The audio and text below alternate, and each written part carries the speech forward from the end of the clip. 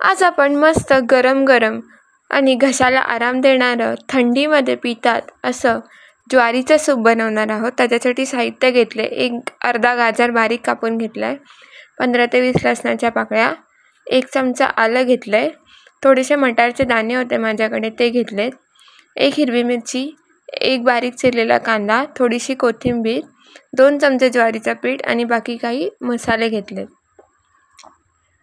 साहित्य समजलं, आता रेसिपीला सुरुवात करूया. इथे कढई तापत ठेवली आहे. कढईमध्ये मी 2 चमचे तेल घालणार आहे. तुम्ही बटरसुद्धा घालू शकता. आता पहिले जिरं घालणार आहे मी. अर्धा चमचा जिरं घेतलं आहे. जिरं छान तडतडलं गेलं पाहिजे. त्याच्यानंतर लसूण आणि आलं एकत्र घालून त्याचा कच्चेपणा जाईपर्यंत अगदी 2 ते 3 सेकंदाला परतून घेणार आहे. इथे मी बारीक चिरून घेतलं आहे एकदम. तुम्ही ठेचूनसुद्धा घेऊ शकता. ठेचून त्याला नंतर बारीक चिरा म्हणजे अजून छान लागतं. 2 ते 3 सेकंद झालेले आहेत, परतून घेतलं आहे छान. आता याच्यामध्ये मी 1 बारीक चिरलेला कांदा आहे तो घालणार आहे. त्याच्या आधी 1 मिरची घातली होती. मी 1च मिरची घातली होती. तुम्हाला जर मिरचीचं प्रमाण वाढवायचं असेल तर तुम्ही वाढवू शकता. बारीक चिरलेला कांदा घातला आहे. कांदा आणि कॉर्न घातले मी. 2 मिनटं आपल्याला परतून घ्यायचं.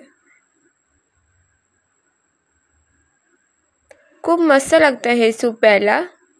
थंडीच्या दिवसात वेगवेगळे सूपचे प्रकार तर आपण नेहमीच करत असतो. एकदा या पद्धतीचं सूप नक्की करून बघा. बारीक चिरलेलं गाजर आणि थोडीशी कोथिंबीर घातली आहे.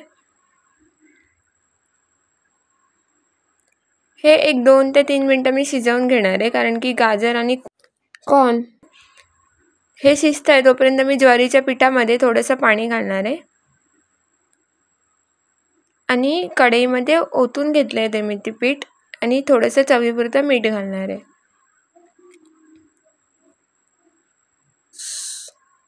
आता हे व्यवस्थित मिक्स करून घेते एकदा. तुम्ही बघू शकता ज्वारी हे मी हाय फ्लेमवर शिजवलं आहे. आता त्याच्यानंतर ही जी साय जमा झाली आहे ना, याचा अर्थ ज्वारीचं पीठ आपलं शिजतं आहे. तर असं सतत ढवळत राहायला पाहिजे, नंतर त्याच्या गुठळ्या तयार होतात. ह्याच्यामध्ये पाणी तुम्ही तुमच्या आवडीनुसार कमी अधिक करू शकता. तर ज्वारीचं पीठ आपलं छान असं शिजलं आहे, तुम्ही बघू शकता. 5 ते 7 मिनटं मी त्याला शिजवून घेतलं आहे व्यवस्थित. थोडासा चाट मसाला घालते आहे. व्यवस्थित एकदा मिक्स करून घेणार आहे.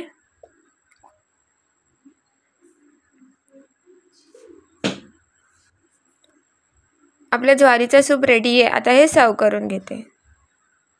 मस्त गरम गरम असं ज्वारीचं सूप तयार आहे. थंडीच्या दिवसात हे एकदा नक्की करून बघा. व्हिडिओ आवडल्यास लाईक, शेअर आणि सबस्क्राईब करायला विसरू नका. आणि रेसिपी कशी वाटली हे नक्की कमेंट करून सांगा.